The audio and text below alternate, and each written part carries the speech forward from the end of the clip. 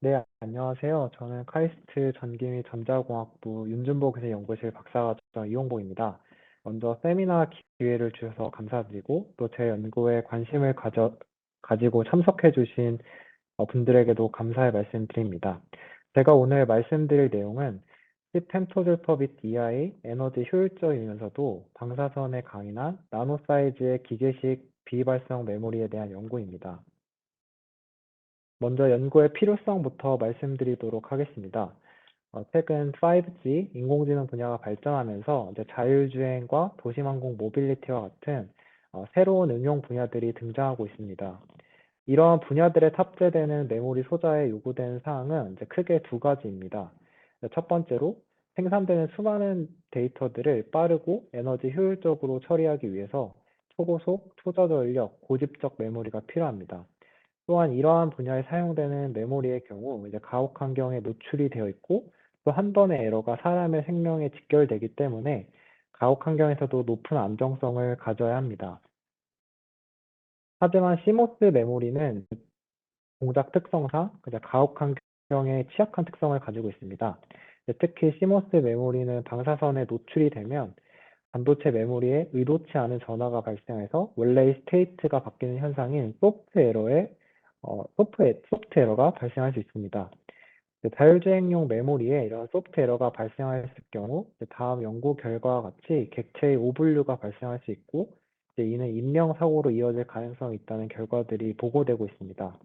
이러한 소프트 에러 현상은 대기 방사선에서도 발생할 수 있기 때문에 최근 자동차 기능 안정성 규격인 ISO 26262에도 소프트 에러에 대한 요건이 추가가 되었습니다.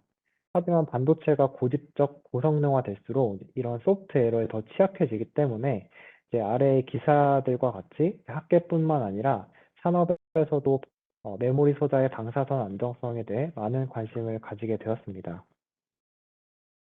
일반적으로 방사선에 강인한 메모리를 구현하는 방법은 방사선 경화 기술을 사용하는 것입니다. 왼쪽의 다이어그램과 같이 레이아웃부터 아키텍처 레벨까지 다양한 방사선 경화 기술들이 광범위하게 연구되고 있지만 이러한 방사선 경화 기술들은 소프트 에러를 원천적으로 막는 기술이 아니라 소프트 에러가 발생하더라도 복잡한 회로나 추가적인 프로세싱을 통해 이를 보완하는 기술이기 때문에 에너지 효율성이나 집적도, 가격에 대해서 트레이드 오프 관계일 수밖에 없습니다. 오른쪽 사진은 2020년에 화성에 보내진 로버에 실제로 탑재된 컴퓨터 칩입니다.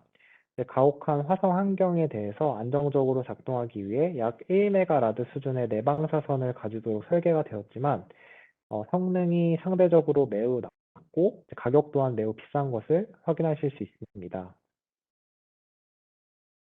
최근 마그네틱 램이나 레지스티브 램과 같이 많이 연구되고 있는 차세대 메모리 소자들이 비교적 내방사선이 가진다고 보고되고 있지만 두 소자 모두 구조상 옥사이드를 포함하고 있기 때문에 방사선에 조사되었을 때 각각 터널 자기 저항 효과가 저하된다거나 혹은 스위칭 레이브에 디펙이 생성된다는 문제가 있습니다. 따라서 저희는 방사선에 강인하면서도 에너지 효율적인 메모리를 개발하기 위해서 기존의 메모리 소자에서 벗어나 램스 기반의 소자를 주목하였습니다. 아마 램스라는 단어를 처음 들어보시는 분들도 계실 것 같습니다. 램스는 마이크로 일렉트로 미케니컬 시스템의 약자로 마이크로 기술을 이용을 해서 제작되는 미소 사이즈의 전자 기계 시스템을 의미합니다. 나노 기술을 이용해서 소자를 만들면 램스라고 부르고 있습니다. 우리가 일상생활 속에서 이러한 램스 소자들을 쉽게 찾아볼 수 있습니다. 이제 왼쪽 사진은 상영관이나 빔 프로젝트에 사용되고 있는 마이크로 미러 소자를 보여주고 있고, 오른쪽 사진의 경우는 스마트폰이나 차량, 로봇 등에서 필수적으로 사용되고 있는 가속도 센서입니다. 그 외에도 자이로 센서나 잉크젯 프린터 헤더 같은 부품들이 상용화된 대표적인 램스 소자들입니다. 다시 본론으로 들어오면 저희는 방사선에 취약한 CMOS 메모리에 대한 대안으로 램스 기반 메모리 소자에 주목을 하였습니다. 그 이유에 대해서 일반적으로 많이 연구되고 있는 램스 기반 메모리를 통해 설명드리도록 하겠습니다. 일반적으로 많이 연구되고 있는 램스 기반 소다의 모식도는 이제 왼쪽과 같습니다. 이제 가운데 움직일 수 있는 빔이 있고 양쪽에 이를 구동할 수 있는 프로그램 전극과 이레이즈 전극이 이제 동일 평면 내에 있습니다. 이러한 소다의 구동 방식은 이제 오른쪽과 같습니다. 프로그램 동작의 경우 이제 가운데 빔과 이제 프로그램 전극 사이의 전압을 인가하면 두 구조 사이에 정전기력이 발생해서 빔이 기계적으로 움직여 프로그램 전극과 접촉하게 됩니다.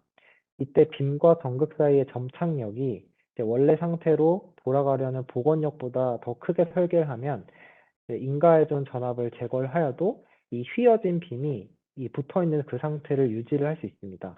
이를 통해서 비발성을 얻을 수 있고 이레이즈 동작의 경우는 이제 동일한 방식으로 빔과 이레이즈 전극 사이에 전압을 인가하면 이제 정전기력이 발생해서 프로그램 전극에 붙어있던 빔이 떨어져서 이레이즈 전극에 붙게 되는 원리입니다. 이러한 램스 기반 메모리는 기존의 찰지 기반의 시모스 메모리와 달리 기계적 접촉을 통해서 스테이트 1과 스테이트 0을 구별하기 때문에 방사선에 강인하다는 특성을 가지고 있습니다. 램스 메모리가 방사선에 강인하다는 특성은 이미 다양한 연구들을 통해서 확인이 되었습니다. 왼쪽의 연구의 경우는 약 4메가라드의 감마선을 소다에 조사한 이후에도 소다의 접촉 저항 특성이 잘 유지된다는 것을 보여주고 있고, 오른쪽 연구의 경우도 램 소다의 288개에 대해서 5메가라드의 방사선을 조사한 이후에도 단 한 소다의 비트 플립 없이 모두 잘 스테이트를 유지할 수 있음을 보여주었습니다. 최근 고성능이면서도 가혹 환경에 강인한 전자소자의 중요성이 점차 증가하면서 이런 램 메모리에 대한 연구가 활발히 진행되고 있습니다.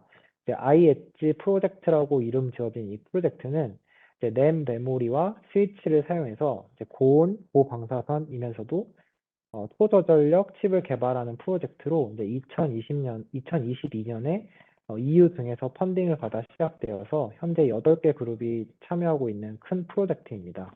이것을 통해서 고성능이면서도 가혹 환경에 강인한 램 메모리를 개발하는 것이 세계적으로도 많은 관심을 가지고 있음을 알 수 있었습니다. 다음 샘 사진들은 최근까지 출판된 램 메모리 연구들의 소자 단면 사진들입니다. 아까 보여드렸던 스키매틱 이미지와 같이 모든 소자들이 가운데 빔을 두고 양쪽의 전극을 통해서 구동하는 구조를 가지고 있음을 확인을 할 수 있습니다. 기존의 연구들이 대부분 획일화된 이런 구조를 가지고 있는 이유는 이러한 구조가 제작이 매우 용이하기 때문입니다. 왼쪽의 그림은 기존의 램 메모리 소자의 제작 과정을 보여주고 있습니다. 먼저 실리콘 기판 위에 절연층과 메탈을 순차적으로 증착하고 메탈을 소자 모양에 맞게 패터닝 한 다음 절연층을 선택적으로 애칭을 해주게 되면 소자 제작이 완료됩니다. 다음 공정 과정과 같이 한 번의 패터닝만으로 소자를 제작할 수 있기 때문에 제작이 용이하다는 장점이 있지만 패터닝 장비의 레졸루션 한계에 의해서 이 에어갭의 크기와 빔의 폭이 결정된다는 문제가 있습니다.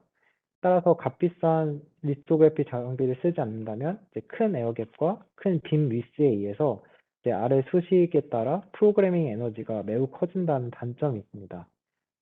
비싼 리토그래피 장비를 사용해서 초기 에어갭을 작게 만들더라도 이러한 구조의 경우 오른쪽 그림과 같이 프로그램 동작을 하게 되면 다시 이레이즈 동작에서는 에어갭이 2배로 증가하였기 때문에 동작 에너지가 더 크게 증가한다는 명확한 한계를 가지고 있습니다.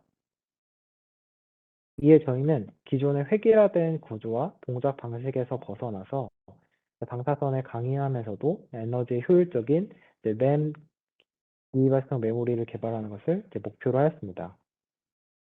저희가 제안하는 램 비발성 메모리 구조는 왼쪽 사진과 같습니다.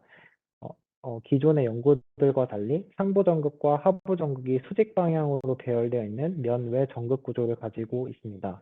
동작 메커니즘은 오른쪽과 같습니다. 오픈 스테이트에서는 상부 전극과 하부 전극이 수십 나노미터 수준의 에어갭에 의해서 물리적으로 떨어져 있습니다. 따라서 이 상태에서는 두 전극 간 흐르는 전류가 fem토 암페어 수준이기 때문에 0에 가까운 대기 전력을 가질 수 있습니다. 이 상태에서 프로그램 동작을 위해 상하부 전극 사이에 전압을 인가하면 두 전극 사이에 발생하는 정전 기력에 의해 빔이 기계적으로 휘어져서 상하부 전극과 접촉하게 됩니다. 이때 두 전극 사이에 발생하는 점착력이 이 휘어진 빔이 원래 상태로 돌아가려는 복원력보다 크게 설계를 하면 다음과 같이 스틱션이 발생해서 전압을 제거하여도 이렇게 점착된 상태를 유지를 할 수 있습니다. 이를 통해서 비휘발성을 구현할 수 있고, 이레이즈 동작의 경우 이 상부 전극 사이에 전류를 인가하게 되면 줄열에 의한 열팽창이 플러스 Z 방향으로 발생을 하게 됩니다. 이때 발생한 이때 발생한 열팽창 힘이 점착력보다 크면 빔이 분리되면서 다시 초기 상태로 돌아오게 됩니다. 저희가 제안하는 소자는 이런 면외 전극 구조를 가지고 있기 때문에 동작 에너지에 큰 영향을 미치는 에어갭이나 혹은 이제 틱니스를 리소그래피가 아닌 증착 과정을 통해서 조절할 수 있다는 장점이 있습니다. 다음으로는 이러한 소자를 제작하는 과정에 대해서 말씀드리도록 하겠습니다. 먼저 저희가 이러한 소자를 제작하기 위해서 물질 선정을 우선적으로 하였습니다. 먼저 실내적인 공정을 통해 소자를 제작하기 위해서는 CMOS 반도체 공정에 호환성이 있어야 되고, 또 전열 구동에도 안정적이어야 되고, 방사선에 대해서도 높은 안정성을 가지고 있어야 됩니다. 이러한 사항들을 고려했을 때 저는 최종 물질을 텅스텐이라고 생각을 하였습니다. 텅스텐은 현재 CMOS 공정의 배선 물질로도 사용되고 있고, 또 열적 특성이 좋아서 마이크로 히터로도 사용되고 있습니다. 또한 방사선의 높은 안정성을 가지고 있어서 고방사선 발생 시설의 내벽재로도 사용되고 있습니다. 다음은 제안하는 소자를 제작하기 위한 공정도입니다. 첫 번째로 실리콘 웨이퍼 위에 텅스텐으로 하부 전극을 형성해 주었습니다. 그 다음 SiO2를 두껍게 증착을 하고 CMP 공정을 통해 웨이퍼를 전체적으로 평평하게 만들었습니다.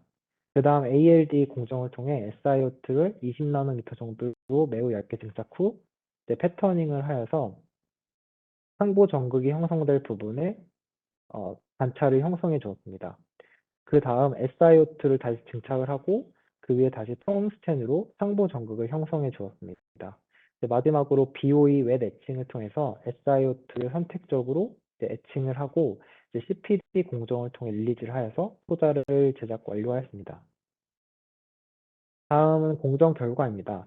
저희는 양산 친화적인 CMOS 공정을 사용해서 소자를 제작하였기 때문에 다음 사진과 같이 8인치 웨이퍼에 대면적으로 소자를 제작할 수 있습니다. 소자가 잘 제작됐는지 확인하기 위해서 상면 샘 이미지와 단면 템 이미지를 측정하였습니다. 각각의 이미지들을 통해서 각각의 길이와 각 레이어들의 두께들이 제가 설계한 수치들과 잘 매치되게 제작되었음을 확인할 수 있었습니다. 8인치 웨이퍼 내에서 소자들이 잘 균일하게 제작되었는지 확인하기 위해 100개 이상 소자에 대해서 이 파이프 클립 스프링 부분의 저항을 측정해 보았을 때 오른쪽 그래프와 같이 매우 우수한 제작 균일도를 보이는 것도 확인하였습니다. 마지막으로 BOE 웹 애칭을 통해서 희생층인 SiO2를 선택적으로 제거한 이후의 소자 모습입니다. 다음 샘 사진과 같이 희생층을 제거한 이후에도 안정적으로 공중부유되어 있는 것을 확인할 수 있었습니다. 이제 제작된 소자의 측정 결과에 대해 말씀드리도록 하겠습니다. 먼저 프로그램 측정 결과입니다. 왼쪽의 그래프는 IV 커브로 소자의 상하부 전극 사이에 전압을 인가하게 되면 초기에는 상부 전극과 하부 전극이 물리적으로 떨어져 있기 때문에 수백 fem토 암페어 수준의 매우 낮은 누설 전류가 측정되다가 약 9.9V에서 상하부 전극이 기계적으로 접촉이 발생하면서 급격하게 커런트가 흐르는 것을 확인하였습니다. 이러한 급격한 스위칭 특성은 이런 기계식 소자만의 고유한 동작 특성입니다.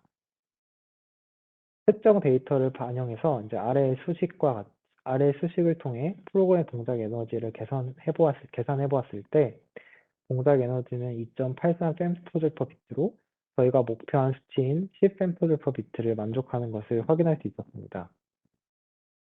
오른쪽 그래프는 트랜지션 스위칭 리스폰스입니다.